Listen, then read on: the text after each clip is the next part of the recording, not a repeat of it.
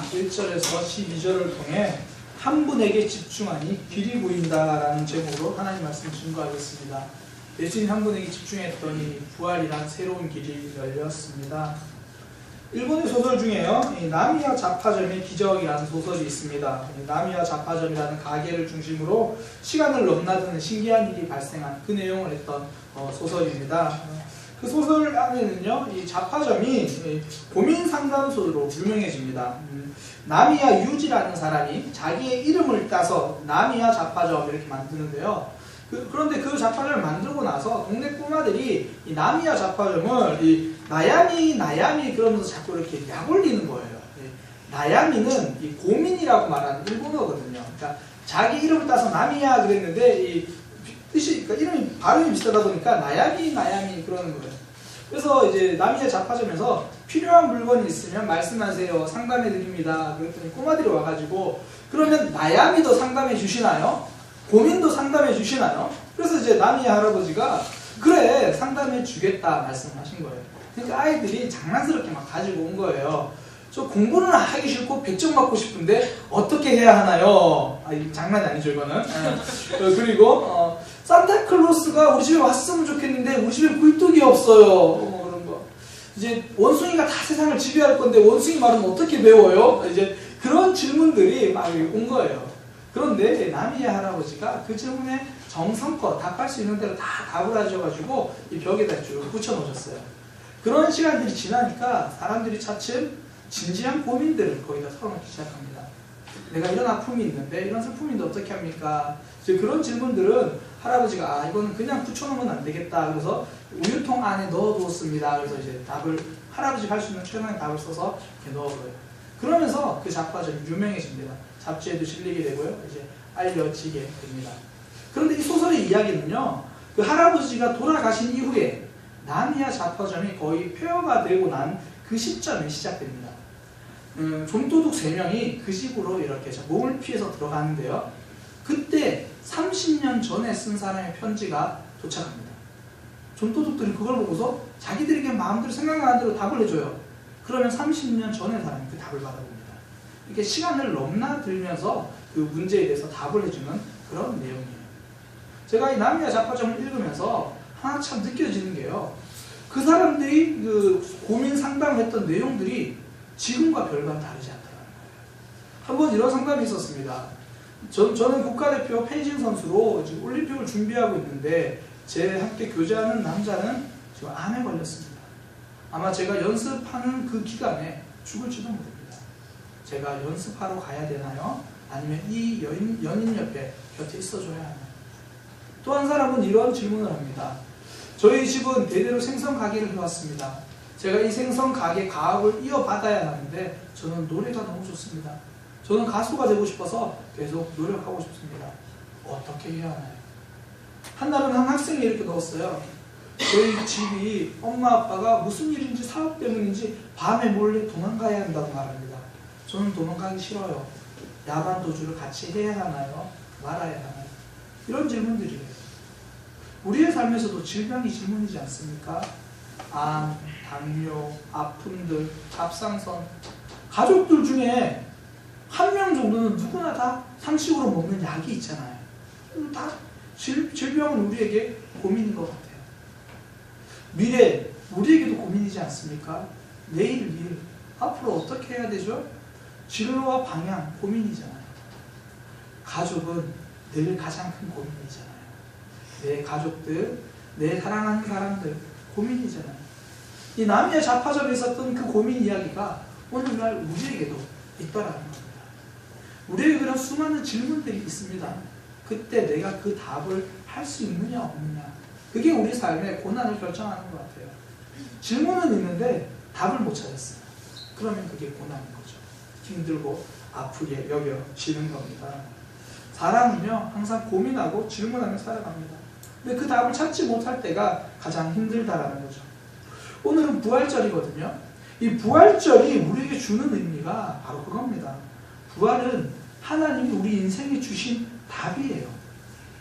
미래와 건강, 가족 이런 질문들 아무리 많아도요, 인생의 가장 큰 질문은 언제나 죽음입니다. 부하들이 거기에 대해서 답해준 거예요. 어떤 초등학생이 엄마랑 같이 TV를 보다가 엄마에게 이렇게 말을 합니다. 엄마, 난 정말 효자인 것 같아. 엄마가 깜짝 놀랐어요. 네가? 왜? 여러분 학생들 함부로 부모님에게 내가 효자라 말하지 마세요. 부모님이 깜짝 놀라실 수가 있어요. 그래가지고 이제 부모님이 고민하면서 묻는 거예요. 네가 왜 효자라고 생각해? 그러니까 은우가 이야기를 합니다. 엄마, 내가 살아있잖아. 그렇게 은우가 대답을 한 거예요. 그러니까 은우 엄마께서 그래, 틀린 말은 아니구나. 근데 곰곰이 생각해보면요, 참으로 옳은 말이에요. 속썩여도 살아있는 아들이 고맙잖아요. 내일이 걱정되고 염려되고 그래도 오늘 살아있으니까 그래도 우리가 내일의 답을 함께 찾아가고 만들어 가잖아요. 그러니까 살아있는 거. 하나님은 이 인생의 가장 큰 질문에 부활이라고 대답해 주셨어요. 죽음에 부활로 답해 주신 겁니다. 인생에 질문이 있으십니까? 부활로 답해 주신 하나님께서 우리 인생에 답을 주실 겁니다. 성경은요, 하나님이 우리 삶에 답해 주신 이야기, 그 이야기가 적혀 있는 거예요. 아브라함에게 너는 본토 친척 아비집을 떠나라. 내가 너에게 땅도 주고 자손 주겠다 약속해 주셨죠. 이삭에게도 약속해 주셨습니다. 이스라엘 백성에게도 약속해 주셨습니다. 하나님 항상 약속을 주세요. 그 약속이 답이기 때문에 그래요. 아브라함은 본토 친척 아비집을 떠나 새로운 약속의 땅으로 가는 게 그 인생의 답입니다. 이스라엘 백성들은 등골이 휘어지도록 노예 생활하는 그때에 가나안 땅으로 가는 하나님의 약속이 그들에게 답입니다. 하나님은 항상 우리 삶에 답을 주십니다. 그래서요, 이 답을 붙들고 살아가기 원하는 성도들은 언제나 하나님께 집중합니다. 이 기도가 그 집중이잖아요. 기도할 때 눈 뜨고 기도할 수 있는데 우리가 눈 감잖아요. 하나님께 집중하겠습니다. 다른 거 안 보겠습니다. 집중이잖아요. 집중하면서 기도하는 겁니다. 사실 우리의 삶이 고단하고 힘들고 어려운 게 다른 게 아니라 이 길을 잃어버린 거거든요. 이 갈림길을 만났는데 어디로 가야 하나 답을 찾지 못하고 길을 찾지 못하는 거죠.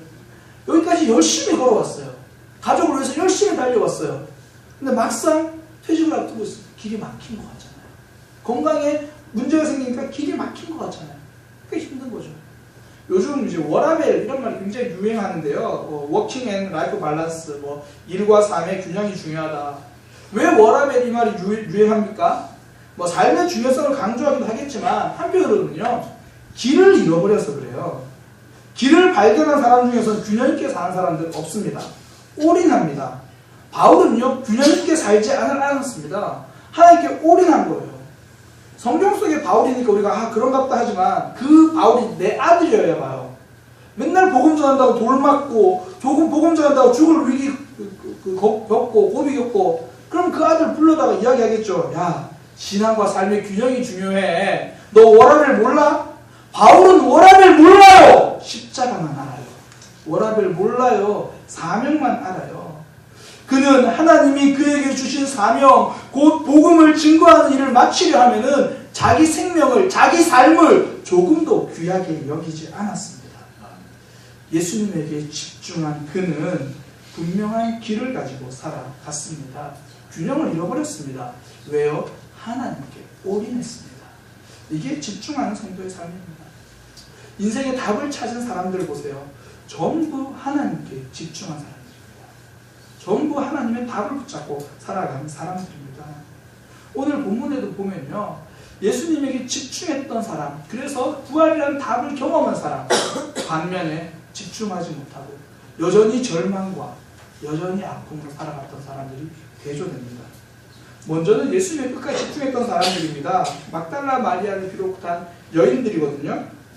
그들이 예수님이 십자가에 달려 돌아가신 지 3일 만에 그 무덤으로 갔다 그럽니다. 돌아가신 날, 그리고 그 다음날 3일째 간 겁니다. 왜 3일일까요? 무덤으로 가야 되나 말아야 되나 어떻게 해야 되나 고민하느라 하루가 지나버렸을까요? 왜 3일일까요? 예수님이 돌아가신 그 다음날이 안식일이라서 그래요.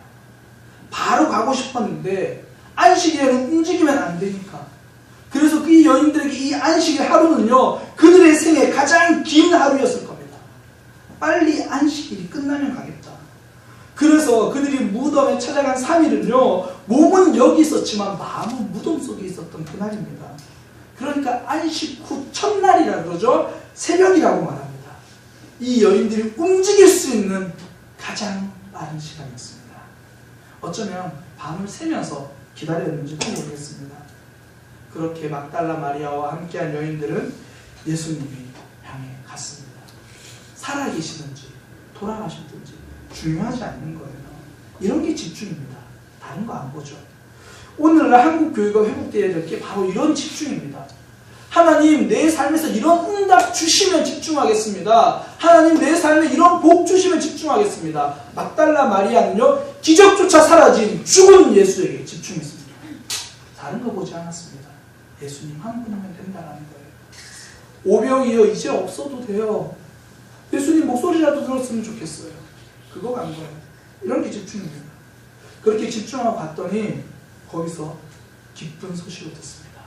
예수님 부활하셨다는 거죠. 슬픔의 자리에서 기쁨의 소식을 듣고요, 죽음의 자리에서 생명의 선포를 듣습니다. 예수님 한 분에게 집중하더니 절망의 길이 소망의 길로 바뀌어버렸습니다. 반면 제자들 보세요. 예수님은 이미 부활하셨는데 막달라 마리아와 다른 여인들이 부활하셨다고 말했는데 11절에 보니까 허탄한 듯 말이 들렸대요. 허탄한 듯 믿지 않았다. 허탄하다. 사전에 찾아보니까 거짓말인 것 같고 못 믿겠다. 그런 거예요. 다른 번역본에 보니까 뭐라고 이야기하냐면 헛소리 같아서 안 믿었다. 너 왜 헛소리 하냐? 제자들이 한 얘기입니다. 죽음도 이기신 예수님이 믿음 없는 그들의 마음은 어쩔 수 없었던 것 같아요. 그들은 여전히 예수님이 살아났다는 이야기가 받아들여지지 않습니다. 고통 속에 머물러 있고 절망 속에 머물러 있습니다. 예수님께 집중하지 못해서 그래요. 요즘 보면 참 집중하기 힘든 세상이죠. 주변에 볼 게 너무 많아요. 제가 어릴 때만 해도 이 12시만 되면 텔레비전에서 애국가가 나와가지고 여기는 끝이다 알려줬거든요. 이제는 24시간 수십 개의 채널에서 우리의 시선과 감정들을 꽁꽁 묶어둡니다. 보아도 끝이 없는 드라마, 끝이 없는 논평들. 한 번 드라마를 켜고 TV를 켜면 시간 가는 줄을 몰라요.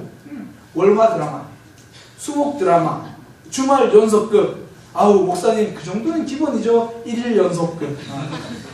이게 세상이에요. 게다가 요즘 스마트폰이 나와서 정점을 찍었죠. 지하철 타보신 분들은 압니다. 전부 스마트폰을 경배하고 있습니다.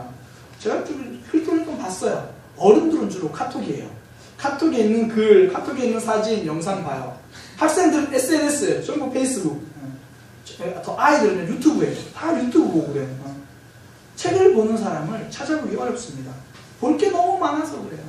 볼 게 많으니까 봐야 할 중요한 걸 놓치는 겁니다. 그 서양 철학사를 쭉 읽어보면요, 서양의 철학자들은 대부분 천재예요. 이게 막 30세가 되기 전에 유명한 책을 발표하고, 어떤 사람은 10대, 20세가 채 되기 전에 19세에 굉장한 책을 발표하고 막 그럽니다. 왜 그들이 그렇게 천재가 될 수 있냐면요, 책이 없어서 그래요. 그 당시에 캠브리지 대학에 있는 그 도서관에 있는 책이요, 오늘날 시립도서관에 있는 책보다 책 양이 적었습니다. 웬만한 작은 도서관, 잘 꾸며놓은 도서관보다 캠브리지 대학 책들이 더 적었어요. 굉장히 그 당시에 책이 비쌌거든요. 그리고 그러다 보니까 굉장히 중요한 책만 있는 거예요.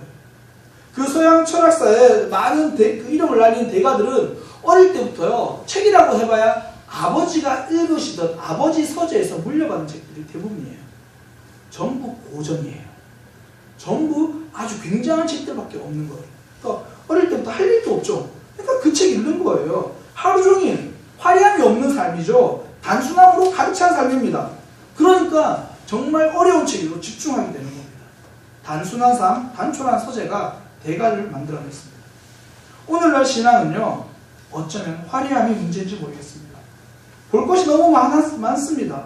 그래서 단촐하게 말씀에 집중할 시간을 잃어버렸습니다. 나무 두 조각이던 십자가도 이제 더 이상 단촐하지 않습니다. 십자가를 노래하는 수많은 찬양 가사와 십자가를 설명하는 유튜브 영상에 오히려 예수님은 사라져버린 것 같습니다. 보혈을 노래하는 그 찬양은 많지만 그 찬양을 부르며 눈물을 흘리는 성도들은 사라져갑니다. 예수님에게 집중하지 않고 멜로디에 집중하고 다른 것에 집중하기 시작하니까 부활의 기쁨도 부활의 능력도 사라졌습니다. 길을 잃은 시대가 되었습니다. 그럼에도 불구하고 이 여인들, 예수님의 무덤으로 갔던 이 여인들은 다른 그 무엇이 아니라 예수님에게 집중했습니다. 그 마음 가운데 예수님을 향한 마음밖에 없었던 거죠. 그러니까 부활을 경험한 겁니다. 예수님께 집중했더니 그들의 삶에 두 가지 변화가 생긴 거예요. 그 두 가지 변화가 뭐냐면, 첫 번째는 빈 무덤을 체험했습니다.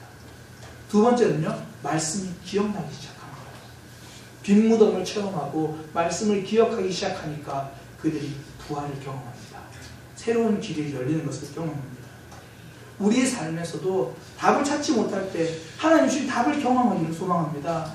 우리도 길 찾는 인생이 되어야 되잖아요. 이 두 가지에 모두 집중하기 바랍니다. 체험 있는 신앙과 말씀이 기억되는 신앙입니다. 먼저는 체험입니다. 이 여인들은 안식 후 첫날에 무덤에 갔더니 그 무덤이 비었습니다. 무덤이 비었다는 것을 직접 보았습니다. 거기서 천사들까지 만났습니다. 제대로 체험한 거죠. 그러니까 부활이라는 말도 안 되는 사건이 그들의 마음속에 들어와 버린 겁니다. 소망이 되었죠. 힘이 되었습니다. 체험이 있는 신앙이 힘이 있거든요. 다윗과 솔로몬 가장 큰 차이 중에 하나가 저는 체험이라고 생각합니다. 다윗은요, 이 사울 왕에게 굉장히 쫓겨다녔어요. 맨날 도망다니는 삶이에요. 그 고난의 기간 동안 하나님을 체험하는 기간이었어요. 우리가 너무나 잘 아는 시편 23편, 여호와는 나의 목자시니 내가 부족함이 없으리로다. 그가 나를 푸른 풀밭으로 누이시며 쉴만한 물가로 인도하시는 그림이 그려지잖아요. 생생하잖아요. 다 체험해봤거든요. 내가 어려울 때 하나님께서 나를 지키시는 그것을 체험해봤거든요. 사망의 음침한 골짜기를 다닐지라도 고난이 그려지시죠. 신앙이 살아있는 거예요. 체험이 있어서 그래요. 사람들은 자꾸 고난을 피하려고 합니다. 그러면 고난은 피할지 모르겠지만 체험도 피하게 됩니다. 우리 속에 있는 고난이, 힘들고 아픈 이 순간이, 눈물 나는 이 순간이 때로는 체험의 기회일 수 있다는 겁니다. 이번에 특별 새벽기도 했잖아요. 끝까지 나오신 분들이 있고요. 어떤 분은 그 새벽에 버스 타고 이렇게 와가지고 새벽기도를 지키신 분도 계셨어요. 그렇게 지키신 분 하나님께서 체험을 주실 거예요. 내가 힘들고 어려운데 잘 지켰으니까 하나님이 인생의 힘든 고비마다 힘이 되어 주신다라고요. 고난을 함께하면 응답을 경험합니다. 체험하는 신앙이 되는 거예요. 근데 솔로몬은 이럴 시간이 없었던 거예요. 고난과 고생 중에 만나는 하나님이 없어요. 체험이 없어요. 굳이 체험이라고 하면 뭐 제사 몇 번 드리고 꿈에서 하나님 보고 성전 짓고 나서 하나님 음성 듣고 그게 끝이에요. 고난 중에 신앙이 잘 자라거든요. 고난이 없으면요 신앙이 잘 안 자라요. 가족 때문에 눈물 흘리고 내 몸이 아파서 병상에서 기도하고 그러면서 신앙이 자라나는 거죠. 체험이 없었던 솔로몬의 신앙 결국은 길을 잃어버렸잖아요. 결국 타락하잖아요. 하나님은 떠나버립니다. 이 여인들 보세요. 예수님이 십자가에 달려 돌아가시고 안식 후 첫날이 되었습니다. 대제사장도 두려워하지 않았습니다. 바리새인들과 로마의 군인들도 두려워하지 않았습니다. 그렇게 갔더니 빈 무덤을 체험하잖아요. 나중에 이 여인의 이야기를 듣고요. 베드로는 그나마 조금 움직여요. 일어나가지고 무덤을 보고 성경에 보니까 구부려서 이렇게 들여다봤대요. 들어가볼 엄두를 못 내요. 이게 뭐냐면 적당한 거리를 두고 살짝 보고 오는 거예요. 사단의 속삭임이 뭐냐면 적당히 하라는 거예요. 순종을 하는데 적당히 하라는 거예요. 그 정도면 잘하고 있다라는 거죠. 남들도 그 정도는 안 하니까 베드로는 이때까지는 적당히 살아나셨다니까 그런가? 적당히 하는 거죠. 제가 아는 한 청년 하나가 지금 공무원 시험을 준비하고 있는데요. 학원에서 이제 공부를 하고 있습니다. 근데 특정 몇 과목은 꼭 주일에만 특강을 한다는 거예요. 그래서 근데 그 친구가 주일학교 교사도 섬기고 있고 청년부 활동도 하고 그러거든요. 그러니까 이 학원 강의가 자꾸 이 주일과 겹치니까 저는 어떻게 하나 싶었는데 고민을 안 하더라고요. 그냥 뭐 내가 그냥 새벽까지도 공부하면 되지 뭐 그러면서 주일날은 특강을 다 빼버리는 거예요. 예배랑 겹치고 사명이랑 겹치니까 특강을 포기해버리더라고요.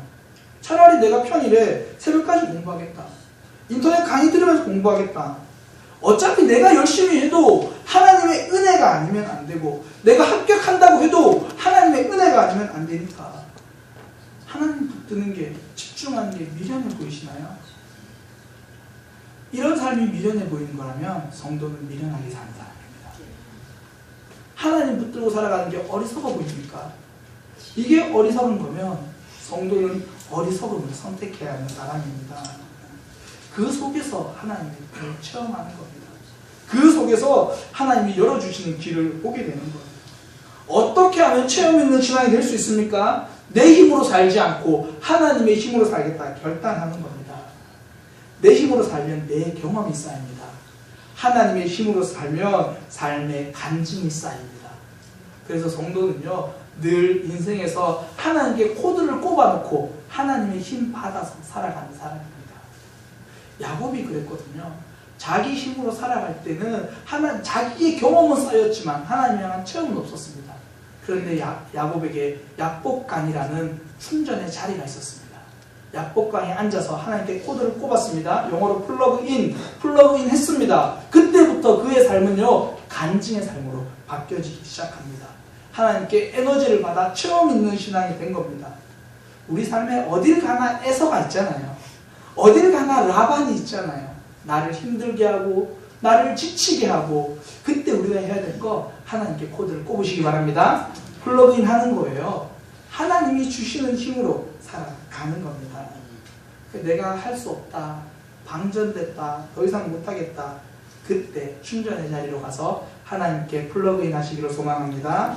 그러면 체험되는 거예요. 그때부터 새로운 길을 발견하는 거예요. 체험입니다. 두 번째는 기억이거든요. 무덤에 가서 천사들을 만났어요. 그때 하는 말이, 예수님 부활하셨다. 그리고 갈릴리에서 너희들에게 하셨던 말씀 있잖아. 그 말씀 기억해봐. 부활하시겠다는 말씀 기억해봐. 그러니까 그 여인들이 기억한 거예요. 사실 우리가 고난이 닥치고 어려움이 닥치면요, 잘 기억이 안 나요. 뭐 좀 빨리 나가야 되는데 그때 꼭 손에 들고 휴대폰이 안 보이죠.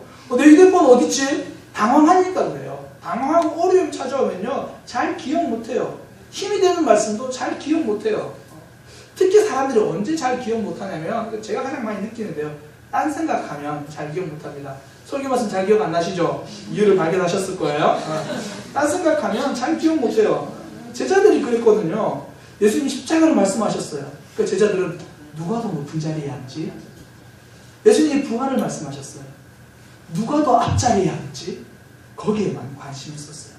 그러니까 부활이 들리지 않습니다. 기억나지 않습니다. 제가 이렇게 신방을 해보고 상담을 해보면 참 많이 느껴요. 쭉 대화하다가 제일 처음에는 목사님 저 이런 게 문제예요, 저 저런 게 문제예요. 그러면 쫙 대화하다, 그래요, 우리가 그런데 그럼에도 불구하고 하나님과 더 가까워져야 돼요, 하나님과 더 붙들어야 돼요. 그러니까 네, 알겠습니다. 그래서 목사님 이 문제를 위해서 꼭 기도해 주세요. 하나님과 더 가까워지겠어가 아니라 결론은 그래서 목사님 이 문제는 해결돼야 돼요. 계속 그냥 거기에만 집중하는 거예요. 하나님이 무슨 말씀을 하시는지 못 들어요. 그래서 성도는요, 말씀이 몸에 새겨질 때까지 들어야 돼요. 그래서 설교 말씀 듣고 성경 읽고 그게 몸에 새겨져야 돼요. 말씀 한 번 더 듣고요, 성경 한 번 더 읽는 거. 아우 목사님, 그게 지금 당장 급한 내 삶과 이 큰 문제에 무슨 상관이 있나요? 상관 있습니다. 1994년에 이 루돌프 줄리안이라고요, 그 사람이 뉴욕 시장에 취임했어요. 근데 뉴욕시가 굉장한 도시로 알고 있잖아요. 세계적으로 굉장히 대단한 도시입니다. 근데 그 명성에 걸맞지 않게 굉장한 우범 도시입니다. 범죄가 너무 많은 거예요. 그래서 이 줄리안이가 취임하기 전에도 수많은 시장들이 항상 공약으로 내건 게 범죄 없는 도시, 깨끗한 도시 만들겠다 그랬는데 다 실패했어요. 그래서 이 줄리안이 시장도요, 취임하고 나서 범죄율을 줄이겠습니다 그러면서 노력을 했어요. 그래서 경찰청장이랑 손을 잡고, 이게 경찰국장이랑 손을 잡고 뭘 했냐면 대대적인 소탕을 하기 시작했습니다. 그런데 먼저 소탕을 하기 시작한 게 뭐였냐면, 이 낙서, 무임승차, 그런 경범죄들 있잖아요. 그런 것만 다 처벌하고, 단지 처벌뿐 아니라 다 잡아들이는 거예요. 그러니까 사람들이 막 비난하기 시작합니다. 정작 마약, 살인, 강도, 이런 강력범죄는 일단 내버려 두는 거예요. 사람들이 줄리안이 시장이 비겁하다고 손가락질하는 겁니다. 약한 자들만 잡는다고 막 그러는 거예요. 그런데요, 이 줄리안이 시장의 정책은 놀라운 결과를 이끌어냈습니다. 불과 얼마 지나지 않아서, 그 전에 연간 2200명이 늘 살인으로 죽었는데요, 그 정책을 시행한 이후에 절반으로 살인율이 줄어들었습니다. 작은 승리를 통해 큰 문제를 해결해 나가기 시작한 겁니다. 신앙은요, 말씀이란 작은 반복적 승리가 우리 삶의 큰 문제를 해결하게 만듭니다. 원래 다작이 명작을 만들어 있는 겁니다. 말씀을 자꾸 우리 속에 새기고 말씀을 우리 마음 가운데 새겨 넣으시기 바랍니다. 그러면 명품 인생이 되는 겁니다. 그러면 길을 찾는 거예요. 무덤을 찾아갔던 이 여인들은 빈 무덤을 체험했습니다. 무덤을 찾아가서 이 천사들을 통하여 말씀을 기억했던 이 여인들은 부활의 감격을 누렸습니다. 저는 우리의 삶도 예수님께 집중해서 체험 있는 신앙 되었으면 좋겠습니다. 하나님의 힘으로 살아가시길 바랍니다. 말씀을 기억하세요. 내 몸에 말씀이 새겨질 때까지 읽으시고 들으시기를 바랍니다. 지난 26일 날 우리나라 시간으로 월요일 날 있었던 일인데요. 러시아 쇼핑몰에서 화재가 났다는 이야기 혹시 들으셨습니까? 이 쇼핑몰에서 화재가 난 게 더 슬프고 안타까운 것은 이 4층에 영화관이 있는데 그때 아이들이 보는 영화를 상영할 때였어요. 그래서 수많은 아이들이 목숨을 잃었습니다. 뭐 11살, 13살 그런 아이들이 생명을 잃었어요. 뭐 제가 본 바로는 64명이라고 그랬고 그 이후에도 뭐 사망자가 늘어날 거라는 그런 이야기를 제가 봤는데요. 특히나 영화를 보던 13세 소녀 마샤의 문자가 많은 사람들을 더 슬프게 했습니다. 불길 속에서 마샤는 부모님과 지인들에게 문자를 보냅니다. 엄마, 주변이 온통 불타고 있어. 그리고 몇 분 후에 다시 문자를 보냅니다. 아마 이것이 마지막 문자가 될 것 같아요. 안녕, 굿바이. 죽음은 언제나 우리에게 안녕이라고 인사를 하라고 말합니다. 굿바이라고 말합니다. 그런데 부활은요, 굿바이가 아니라 see you, 다시 보자, 소망이 있다라고 이야기합니다. 우리 삶의 어려운 문제는 항상 우리에게 굿바이를 강요합니다. 넌 여기서 끝이야. 그러나 예수님의 부활은요, 다시 할 수 있어 이야기하십니다.